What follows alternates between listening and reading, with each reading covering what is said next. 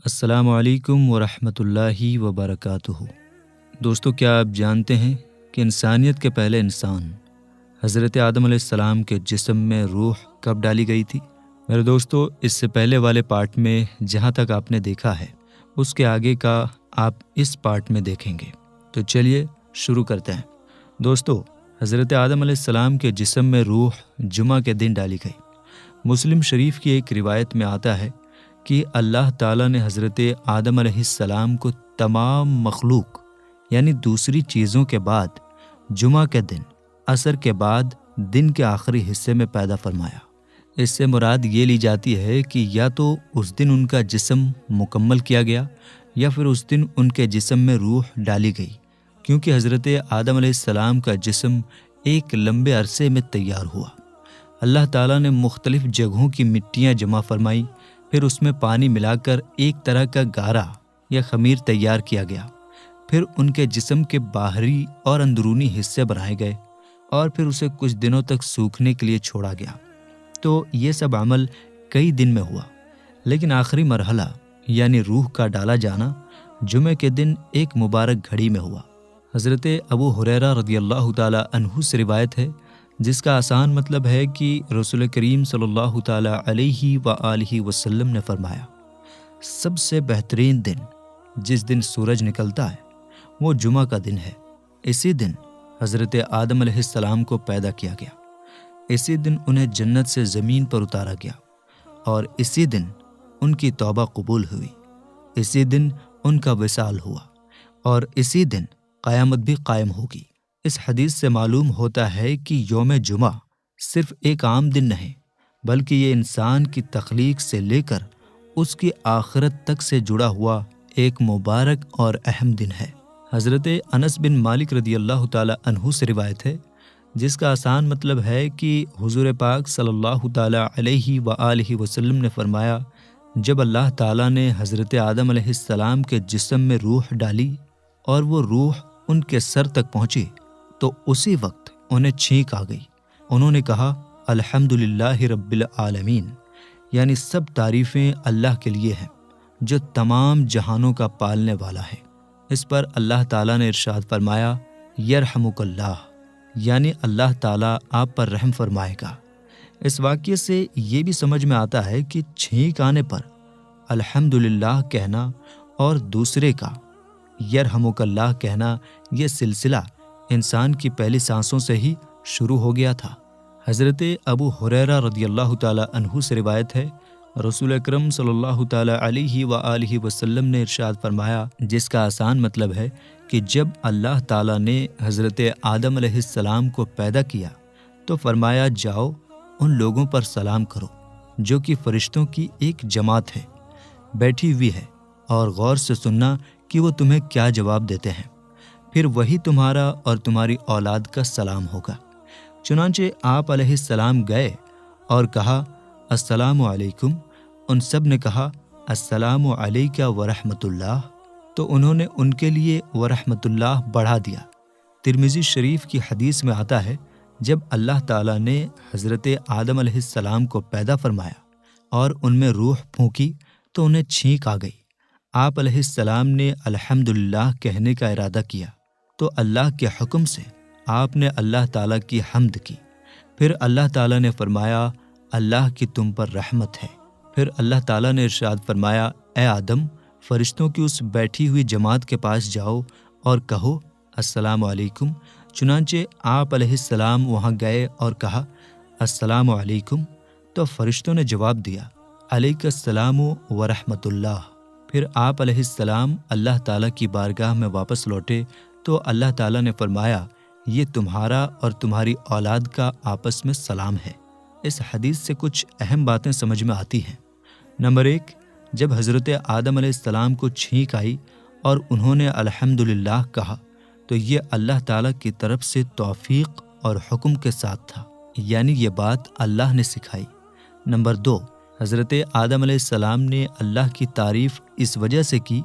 کہ اللہ تعالیٰ نے اپنے فضل اور قدرت سے انہیں ایک نیا وجود، زندگی عطا کیا اور مناسب قد و قامت اور صحت و تندرستی کے ساتھ پیدا فرمایا۔ اسی لیے جب روح ڈالی گئی اور آپ علیہ السلام کو چھینک آئی، جو کہ صحت کی نشانی ہوتی ہے، تو آپ علیہ السلام نے اس نعمت پر اللہ کی تعریف کی۔ جب اللہ تعالیٰ نے حضرت آدم علیہ السلام سے فرمایا یرحمک اللہ، یعنی اللہ کی تم پر رحمت ہو، تو اس پر 2 رائے بیان کی گئی ہیں۔ پہلی رائے یہ الفاظ بندوں کو سکھانے کے لیے ہیں، جیسے قرآن میں ہمیں دعا کرنا سکھایا گیا ہے، ویسے ہی یہاں بتایا گیا کہ جب کوئی چھینک دے تو جواب میں کیا کہنا چاہیے۔ دوسری رائے یہ اللہ تعالیٰ کی طرف سے ایک خبر ہے، یعنی واقعی میں اللہ کی رحمت حضرت آدم علیہ السلام پر ہے۔ نمبر 4، جب حضرت آدم علیہ السلام کو فرشتوں کے پاس جا کر سلام کرنے کو کہا گیا، تو اس سے یہ سیکھ ملتی ہے کہ جو شخص آئے وہ بیٹھے ہوئے لوگوں کو سلام کرے، چاہے آنے والا بڑا ہو اور بیٹھنے والے چھوٹے درجے کے ہوں۔ نمبر 5، جب فرشتوں نے سلام کا جواب دیا تو انہوں نے ورحمت اللہ کے الفاظ بھی ساتھ کہے۔ اس سے یہ معلوم ہوتا ہے کہ سلام کے جواب میں کچھ اچھے الفاظ اور بڑھا دینا اچھا مستحب ہے۔ نمبر 6، سلام کرنا اللہ کی مخلوق کے ساتھ اچھا برتاؤ کرنے میں شامل ہے۔ نمبر 7،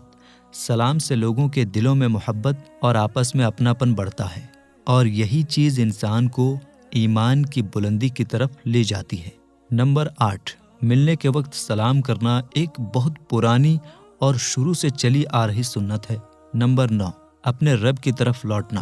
اس سے مراد یہ ہے کہ حضرت آدم علیہ السلام اس جگہ واپس گئے جہاں اللہ تعالیٰ سے پہلے کلام ہوا تھا،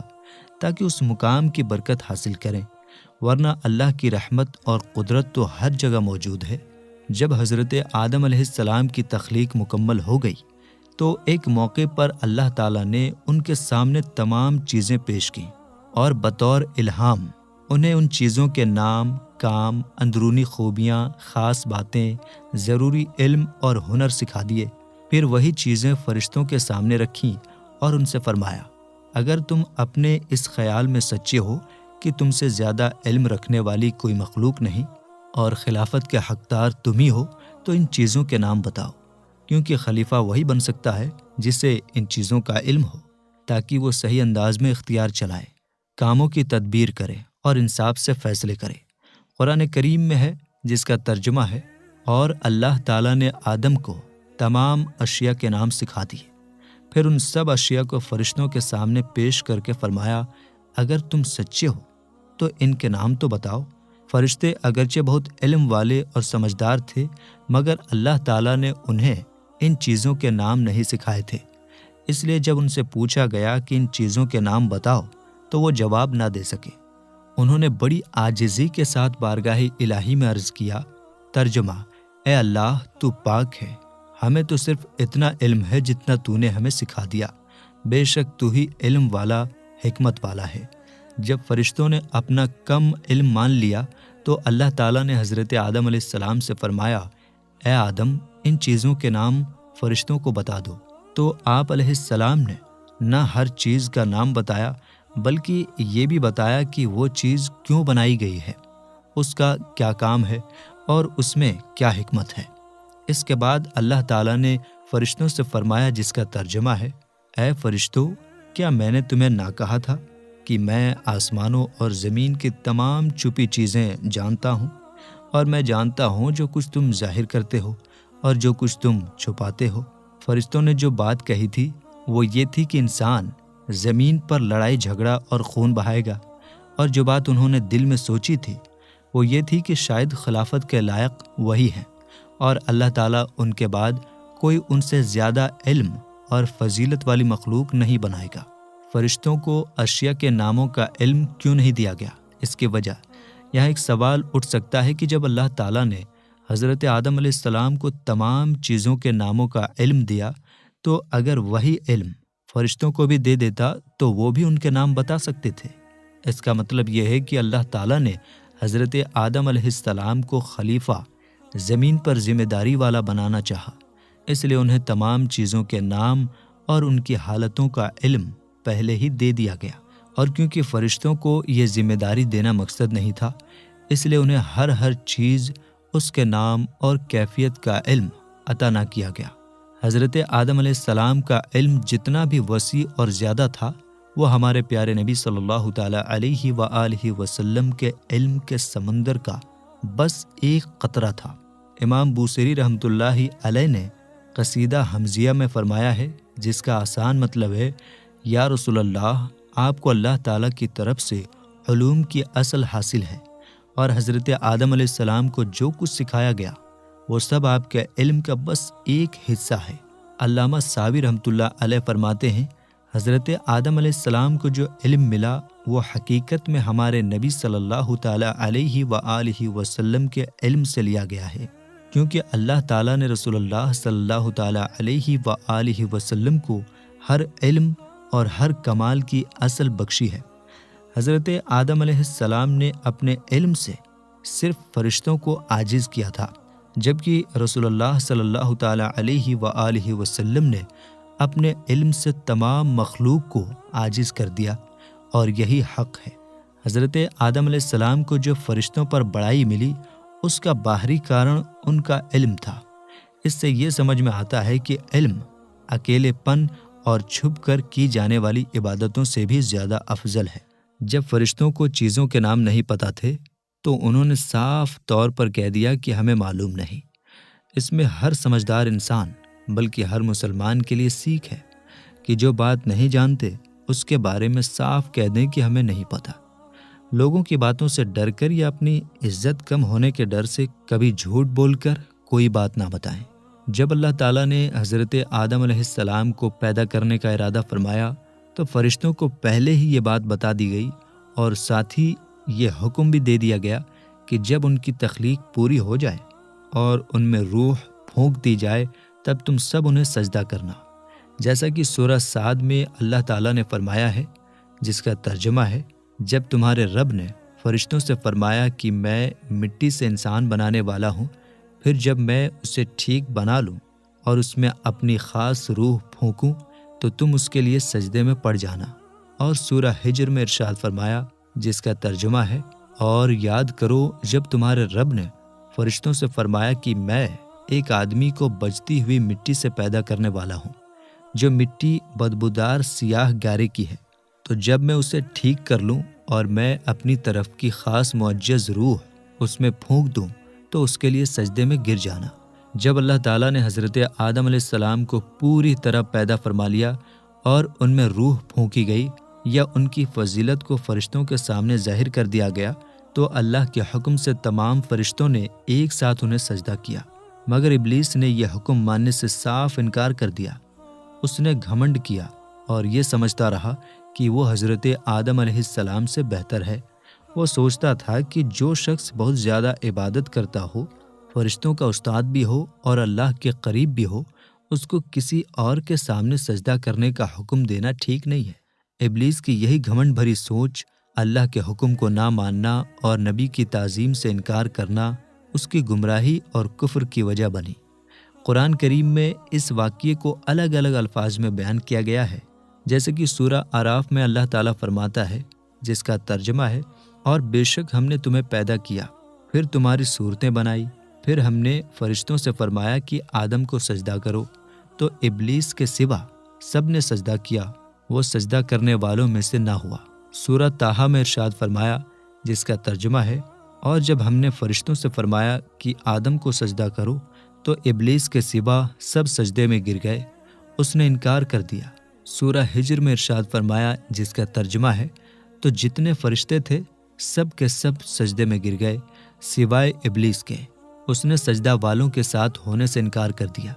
سورہ کہف میں ارشاد فرمایا، جس کا ترجمہ ہے، اور یاد کرو جب ہم نے فرشتوں سے فرمایا آدم کو سجدہ کرو تو سب نے سجدہ کیا سوائے ابلیس کے، وہ جنوں میں سے تھا تو وہ اپنے رب کے حکم سے نکل گیا۔ سورہ بقرہ میں ارشاد فرمایا، جس کا ترجمہ ہے، اور یاد کرو جب ہم نے فرشتوں کو حکم دیا کہ آدم کو سجدہ کرو تو ابلیس کے علاوہ سب نے سجدہ کیا، اس نے انکار کیا اور تکبر کیا اور کافر ہو گیا۔ سورہ بنی اسرائیل کی آیت نمبر 61 میں بھی اسی طرح بیان ہوا ہے، اور سورہ صاد میں ارشاد فرمایا، جس کا ترجمہ ہے، تو تمام فرشتوں نے اکٹھے سجدہ کیا سوائے ابلیس کے، اس نے تکبر کیا اور وہ کافروں میں سے ہو گیا۔ اصل میں ابلیس جنوں میں سے تھا،